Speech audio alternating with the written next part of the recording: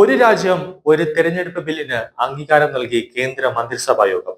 പ്രധാനമന്ത്രി നരേന്ദ്രമോദിയുടെ അധ്യക്ഷതയിൽ ചേർന്ന യോഗത്തിലാണ് രാജ്യത്തെ ലോക്സഭ നിയമസഭാ തെരഞ്ഞെടുപ്പുകളിലെ ഒരു കുടക്കീഴിലേക്ക് കൊണ്ടുവരാൻ ഉദ്ദേശിക്കുന്ന ബില്ലിന് കേന്ദ്ര മന്ത്രിസഭ ഇന്ന് അംഗീകാരം നൽകിയത്. നിലവിൽ നടന്നുകൊണ്ടിരിക്കുന്ന പാർലമെന്റ് സമ്മേളനത്തിൽ തന്നെ ബില്ല് അവതരിപ്പിച്ചേക്കുമെന്നാണ് ദേശീയ മാധ്യമങ്ങൾ ഒന്നടക്കം റിപ്പോർട്ട് ചെയ്യുന്നത്. നിയമസഭ ലോക്സഭ തെരഞ്ഞെടുപ്പ് ഏകോപിപ്പിക്കുന്നതിന്റെ സാധ്യതകൾ പരിശോധിക്കാൻ മുൻ രാഷ്ട്രപതി രാംനാഥ് കോവിന്ദിന്റെ നേതൃത്വത്തിൽ ഒരു ഉന്നതതല സമിതിയെ കേന്ദ്ര സർക്കാർ നേരത്തെ തന്നെ നിയോഗിച്ചിരുന്നു.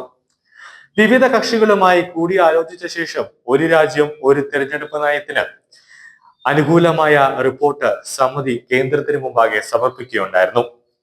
രാജ്യത്തെ ഒട്ടുമിക്ക അംഗീകൃത പാർട്ടികളോടെല്ലാം തന്നെ സമിതി വിഷയത്തിൽ അഭിപ്രായം തേടിയപ്പോൾ NDA ചേരിയിലുള്ള പാർട്ടികൾ ഉൾപ്പെടെ 32 പാർട്ടികൾ പുതിയ നയത്തെ അംഗീകരിച്ചു.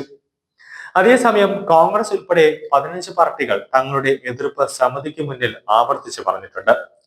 മുസ്ലിം ലീഗ്, RSP, കേരള കോൺഗ്രസ് എം പാർട്ടികൾ എന്നിവയോടൊപ്പം മറ്റ് 12 പാർട്ടികളും കമ്മീഷന്റെ ചോദ്യത്തിനോട് അനുകൂലമായോ പ്രതികൂലമായോ പ്രതികരിച്ചിട്ടില്ല എന്നതാണ് ശ്രദ്ധേയം.